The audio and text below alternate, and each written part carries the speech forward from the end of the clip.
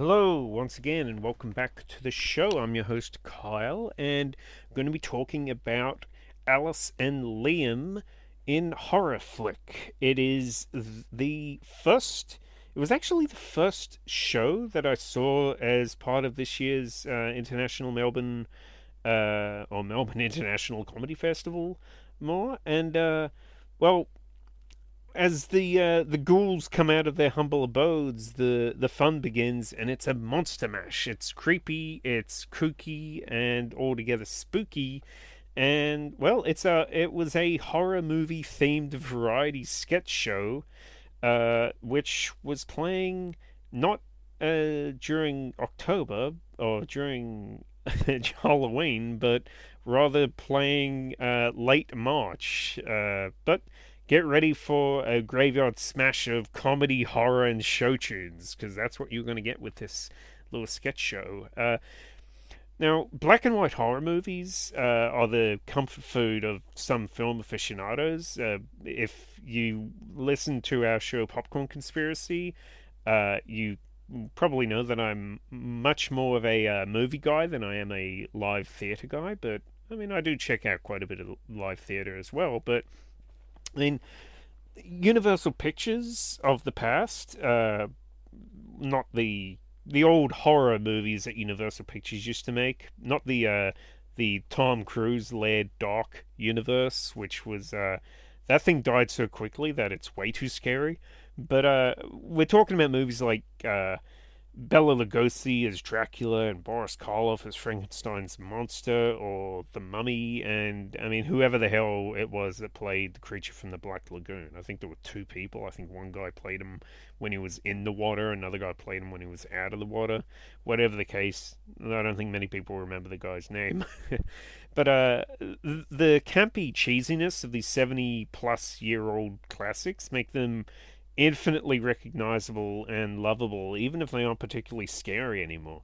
And this is the allure of Horror Flick. It's a new show which was performed by the comedic and improvisational duo of Alice Gravestone Gilbert and Liam Headstone Hickson. Now, don't worry, their nicknames change throughout the show, and they get much more grotesque. And the show was directed by Daniel Cottier, and this variety show, it pays homage to the silliness of those classic horror flicks and twists them all on their head with hilariously funny sketches and songs. Now, maybe for a moment we will forget the true horror story, which is that of our real lives.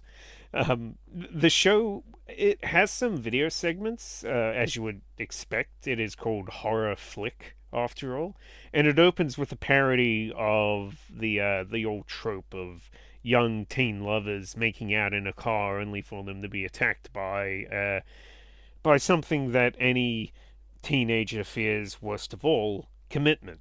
Now that sets the stage for the eclectic variety of skits and segments which are set to follow. There's full on musical numbers about sea creatures searching for love and the women who lust after them. Think um, uh, Shape of Water. Invaders from outer space named Nokia Ringtone, or more literally named.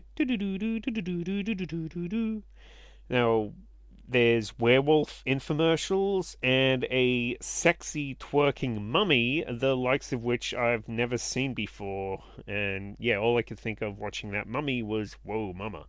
Now, personally, my favorite sketches were the multi-part parodies of old-time radio, like the science theater radio broadcasts, complete with on-stage sound effects and a butt plug related story which H.P. Lovecraft himself could never have imagined.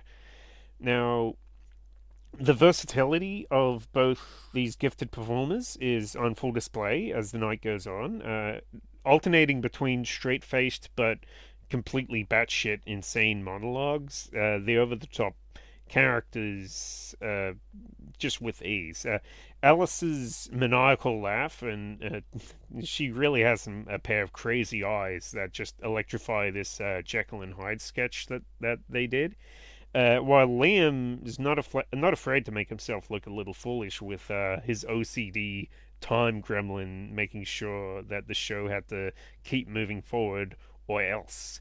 There were a few opening night slip ups where timing was flubbed or Liam needed Alice's help recalling a line, but it was all taken in stride and brought a laugh to the audience all the same, who were loving the show. The costumes, while on the cheaper side, they perfectly encapsulated just the ridiculousness of the effects in some of those old schlocky horror films. But the moody lighting throughout the show, as well as Alice and Liam's musical talents and on-stage chemistry, are all top notch, and they really did make for a bloody fun time. So this was, as I said, it was the first show that I experienced as part of the 2024 Melbourne International Comedy Festival, and yeah, it really set the set things off to a great start. The cinematic inspirations really resonated with my tastes, as I said, and the multi-talented Alice Gilbert and Liam Hickson are really they're really entertaining. So I recommend this show again. Maybe if they do it as part of Fringe Festival, I'd recommend checking it out. And really, for anybody that wants, say, a raunchy, silly, and creative night of comedy.